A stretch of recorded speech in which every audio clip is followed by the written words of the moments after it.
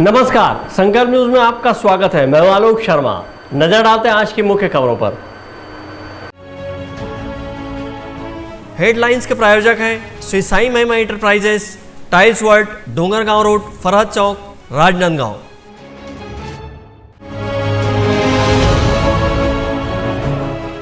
किसान credit card योजना से किसानों को किया जा रहा है ऋण वितरण।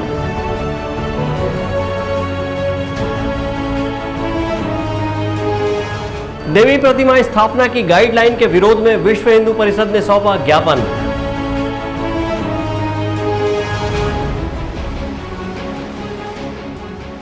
और कच्ची शराब के साथ आरोपी हुआ गिरफ्तार। अब खबरें विस्तार से। किसान क्रेडिट कार्ड योजना के माध्यम से राजनांदगांव जिले के किसानों को कृषि ऋण का वितरण किया जा रहा है। जिला सहकारी केंद्रीय बैंक के द्वारा दिए गए लक्ष्य को पार कर लक्ष्य से अधिक का ऋण वितरण किया जा रहा है। कोरोना संक्रमण काल के बीच शासन की किसान क्रेडिट कार्ड योजना किसानों के लिए बेहतर साबित हो रही है। किसान क्रेडिट कार्ड के माध्यम से किसानों को जिला सहकारी बैंक से ऋण वितरित किया जा रहा है। राजनांदगांव जिले के 2,07,000 कृषकों को किसान क्रेडिट कार्ड जारी किया गया था, जिसमें से 1,46,762 किसानों को किसान क्रेडिट कार्ड योजना के तहत ऋण का वितरण किया जा रहा है। शासन की योजना के तहत किसान क्रेडिट कार्ड के माध्यम से 550 करोड़ रुपए के आवंटन का लक्ष्य निर्धारित किया गया था। वहीं इस लक्ष्य को पार कर राजनांदगांव केंद्रीय जिला सहकारी बैंक के द्वारा 556 करोड़ का ऋण किसानों को वितरण किया जा रहा है। राज्य सरकार द्वारा किसान क्रेडिट कार्ड के माध्यम से ही समस्त कृषकों को ऋण वितरण किया जाना सुनिश्चित किया गया है।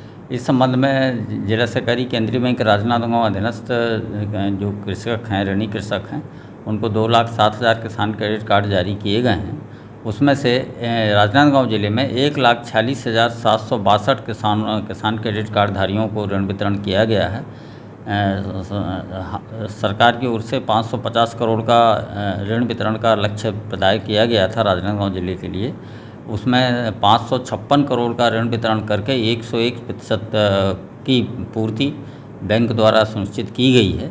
कोविड-19 के नॉर्म्स का पालन करते हुए समिति एवं शाखाओं के माध्यम से किसान क्रेडिट कार्ड के माध्यम से ही संपूर्ण ऋण वितरण किया जा रहा है और किसानों को किसान क्रेडिट कार्ड के माध्यम से वस्तु एवं नगद ऋण प्राप्त होता है और उसके साथ ही वो अपनी अन्य दवाई या अन्य कोई भी उपभोग की सामग्री या कृषि जनित कोई गतिविधियों के लिए वस्तु का क्रय करना है, उसका भी सुविधा किसान क्रेडिट कार्ड के माध्यम से प्रदान की गई है। कृषक सम्मान निधि में जिला सहकारी केंद्रीय बैंक की जो 89 सेवा सहकारी समितियां हैं, उनके उस कार्य क्षेत्र के कृषकों को आज दिनांक तक जो है 4,01,087 कृषकों को 80,21,74,000 रुपये की राशि हमें प्राप्त हुई थी और वह राशि सीधे उनके कृषकों के खाते में डीबीटी के माध्यम से जमा की जा चुकी है।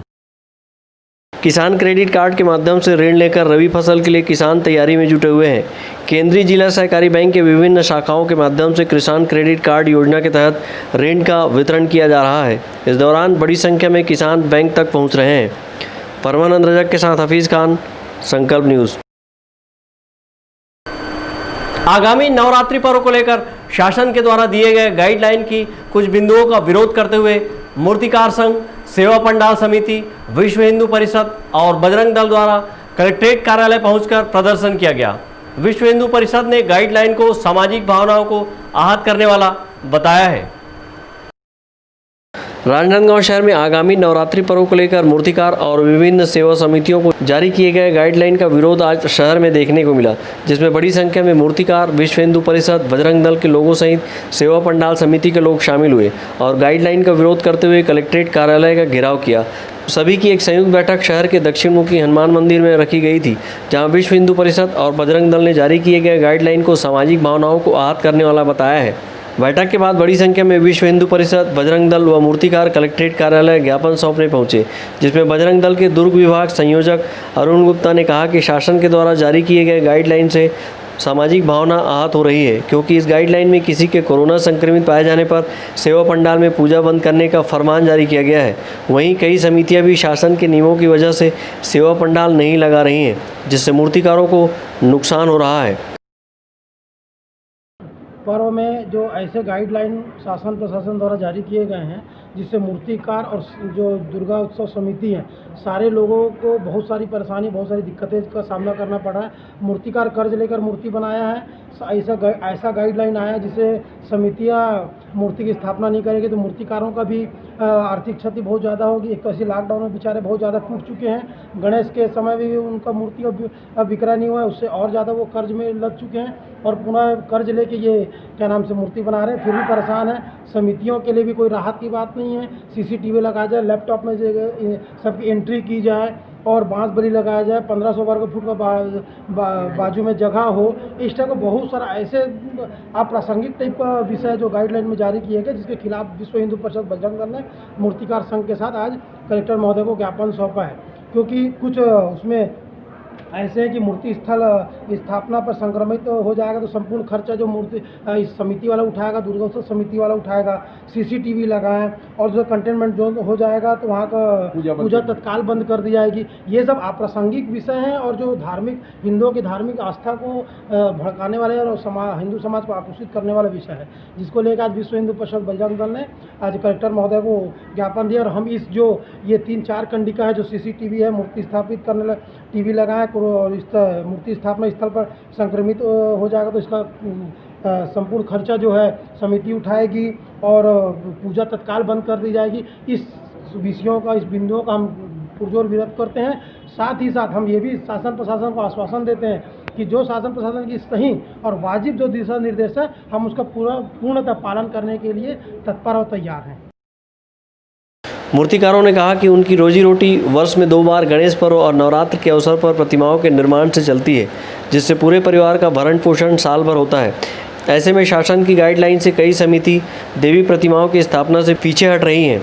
मूर्तिकार ने कहा कि उन्होंने देवी प्रतिमाएं बना ली हैं और गाइडलाइन की पेचीदगियों की वजह से अगर देवी प्रतिमाएं बचती हैं तो उसे कलेक्ट्रेट कार्यालय के समक्ष रखकर धरना प्रदर्शन किया जाएगा। मैं शुरू से मूर्तिकार, चित्रकार और वही में मैं अपन जीवन यापन करता हूँ। जैसे भी हो आज थे वही में जीवन यापन 12 महीना चलत रही। लेकिन इस साल कोरोना काल में ऐसे समस्या से घिर गए हों कि न गणेश बेच पाए, न जो अभी सामने जो नया गाइडलाइन जो चला थे शासन के, वो में 4 मूर्ति दुर्गा के कैंसल हो गए और कर्ज लेके जो वो समस्या है वो बहुत बड़े समस्या के कारण बना थे। पूरा फैमिली आज रास्ता में आ गए हैं। तो शासन से यही अनुरोध है कि कुछ गाइडलाइन नया यदि करतीस या थोड़ा बहुत राहत देतीस तो हो सकते अवैया दुर्गा पूजा में हमरो ये समस्या है कुछ हल निराकरण हो जातीस।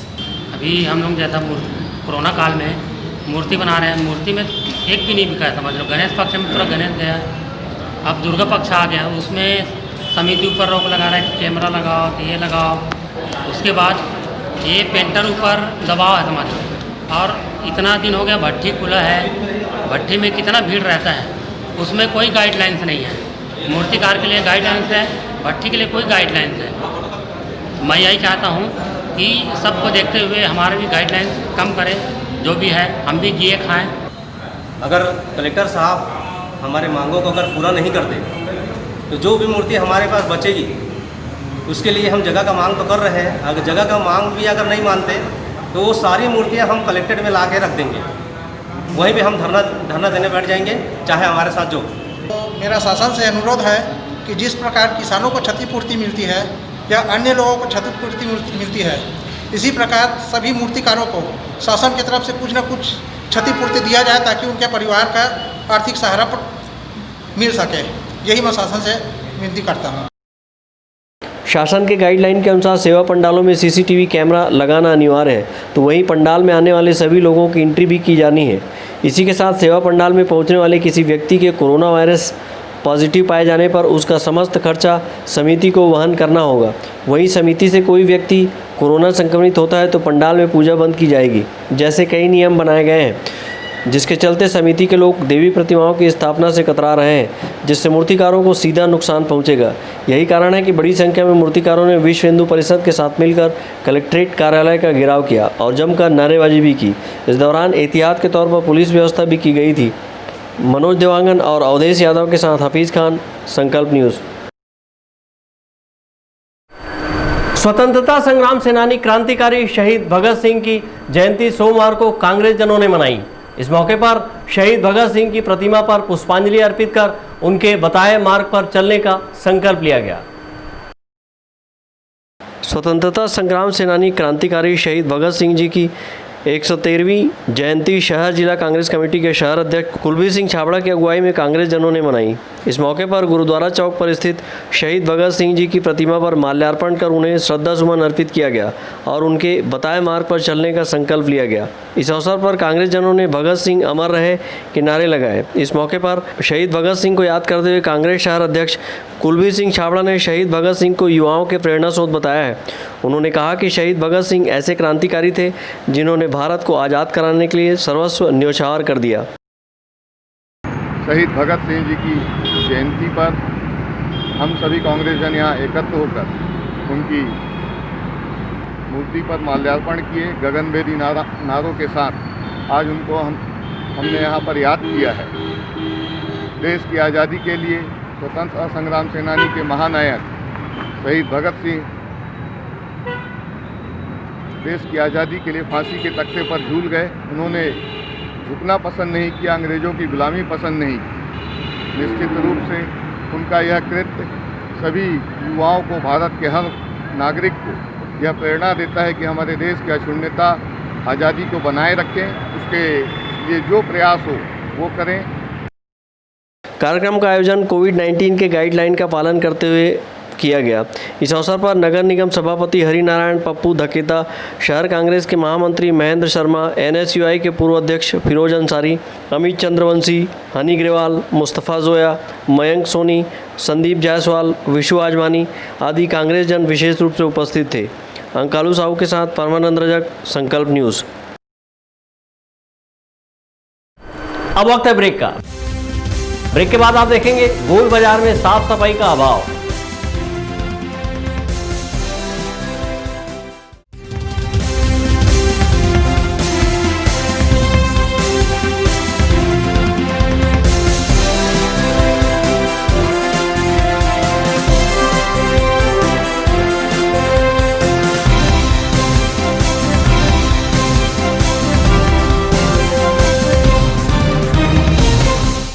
अपने घर, ऑफिस और शोरूम को दीजिए नया लुक हमारे साथ Shri Sai Mahima enterprises tiles world. Flooring, tiling और सैनिटरी वेयर का नवीनतम शोरूम, मन भावन और दिल को छू लेने वाली टाइल्स का एक्सक्लूसिव कलेक्शन, सभी ब्रांडेड कंपनियों के granite, Italian marble, designer tiles, wooden flooring के साथ ढेरों स्टाइलिश प्रोडक्ट्स, किचन सिंक और बाथरूम एक्सेसरीज की विशाल रेंज अब आपकी पहुंच में। Shri Sai Mahima enterprises tiles world and Pataka mall, Farhad Chowk, Dongargaon road, Rajnandgaon. Call 9009757412 और 9994574412। आपके सपने के आशियाने को साकार करता सिवांश टाइल्स एवं ग्रेनाइट, टाइल्स, ग्रेनाइट एवं मार्बल का mega showroom. Johnson, AGL, Kajaria जैसे सभी नामी कंपनियों के अधिकृत विक्रेता। टाइल्स, मार्बल एवं सैनिटरी वेयर्स की विशाल रेंज सबसे कम कीमत पर। हमारे यहाँ नल फिटिंग और पाइप फिटिंग की सुविधा उपलब्ध है। आप सभी के प्यार और सहयोग से सफलतम दूसरे वर्ष में अग्रसर शिवांश टाइल्स एवं ग्रेनाइट, शहर से मात्र 2 किलोमीटर दूर, नवागांव, बाबूटोला, पटाखा दुकान के बाजू, डोंगरगढ़ रोड, राजनांदगांव। जब बात हो आपके लुक की, जब बात हो लेटेस्ट फैशन की, तब आता है सिर्फ एक नाम, तृप्ता फैशन। संपूर्ण पारिवारिक वस्त्र केंद्र, आधुनिक एवं डिजाइनर वस्त्रों के लिए राजनांदगांव का सबसे भव्य शोरूम।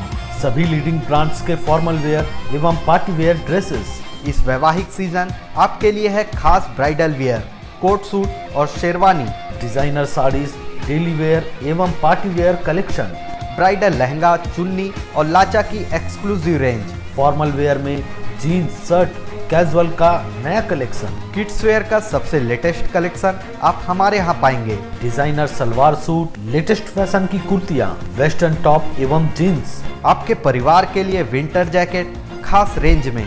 अब सबकी नजर होगी आप पर, क्योंकि अब राजनांदगांव में फैशन का दूसरा नाम है त्रिपदा फैशन, जयस्तंभ चौक, राजनांदगांव।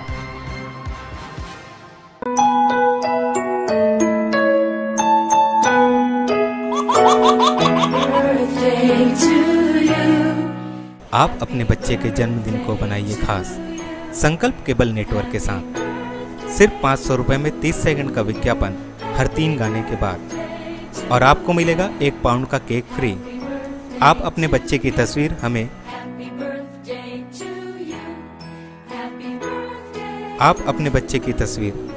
व्हाट्सएप के इन नंबरों पर भेज सकते हैं।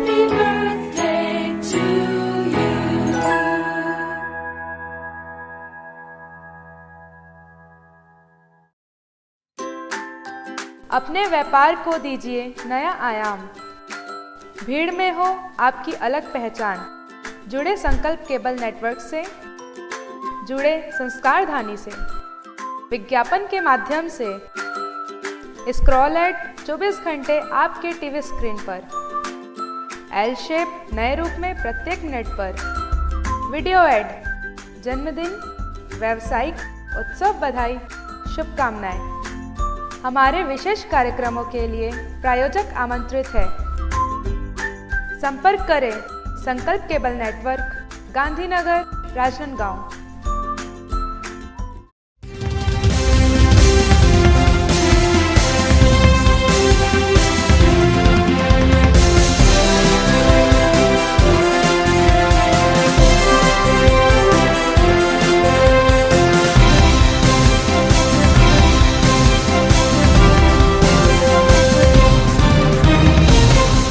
ब्रेक के बाद आपका स्वागत है। राजनांदगांव शहर के गोल बाजार में साफ सफाई के अभाव में सड़ी गली सब्जियों का कचरा फैला हुआ है, जिससे संक्रमण का खतरा बना हुआ है। कोरोना संक्रमण काल में राजनांदगांव के गोल बाजार की हालत इतनी खराब हो गई है कि लोगों को खासी परेशानियों का सामना करना पड़ रहा है। नियमित रूप से सफाई नहीं होने से लोगों के साथ साथ यहाँ सब्जी बेचने वालों की भी मुश्किलें बढ़ गई हैं। आलम यह है कि पूरे बाजार में गंदगी फैली हुई है, जिससे उठने वाली बदबू से लोगों का बुरा हाल है। कोरोना काल में बाजार में गंदगी फैलने से संक्रमण का खतरा भी बढ़ गया है। उल्लेखनीय है कि शहर के गोल बाजार में हर रोज हजारों लोगों का आना जाना होता है।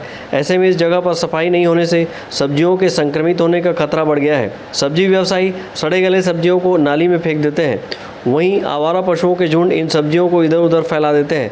सड़ी गली सब्जियों से दुर्गंध उठने से आने जाने में परेशानी हो रही है। सब्जी विक्रेताओं ने बताया कि पहले यहाँ रात्रि में सफाई की जा रही थी, लेकिन अब कई दिनों से यहाँ पर नियमित सफाई नहीं की जा रही है। इसी तरह नालियों में ब्लीचिंग दवाइयों का छिड़काव भी नहीं किया जा रहा है। महिलाओं का कहना है कि गोल बाजार में सुलभ शौचालय तो बना दिया है, लेकिन गंदगी के चलते प्रसाधन में असुविधा हो रही है, जिसकी शिकायत नगर निगम सहित जनप्रतिनिधियों से की गई है। समस्या ये है सर कि सफाई नाली का और पीछे जो कूड़ादान है बाजार के परिसर में, वहाँ बदबू बहुत अधिक है और कोरोना संकट जो चल रहा है उससे अलग जूझ रहे हैं। और क्या है, दवाई का छिड़काव किया जाए जिससे। दवाई का छिड़काव हुआ है कि नहीं हुआ? अभी कितने दिनों से नहीं हुआ? नहीं हुआ है सर, ये 8 हफ्ता दिन हो गया करीब। प्रबंध करते और गैया के लिए प्रबंध नहीं है, और बाहर से आके पीछे तरफ पूरा बीमारी फैल गई आदमी ऊपर। और फिर कोरोना निकलेगा तो डर के बीमारी फैला देते है नहीं। गैया बंद कराओ, एक तरफ दलील बंद कराओ, और गाड़ी आने वाला पूरा रोको आगे, बिल्कुल बाजार में गाड़ी आने मत दो, है नहीं। यही बोला तो मैं। और गंदगी इतना है पीछे तरफ, तो छिड़काव करते नहीं करे, कुछ नहीं छिड़काव करे, कुछ देखे नहीं आए पूरा। यहाँ घूमे पर नहीं आए, देखे पर नहीं आए आज तक। अच्छा, नाली वाली सफाई वफाई कुछ नहीं, वो रापल धर के यहाँ वहाँ खड़खड़ खींच जाही और वापस कर ली।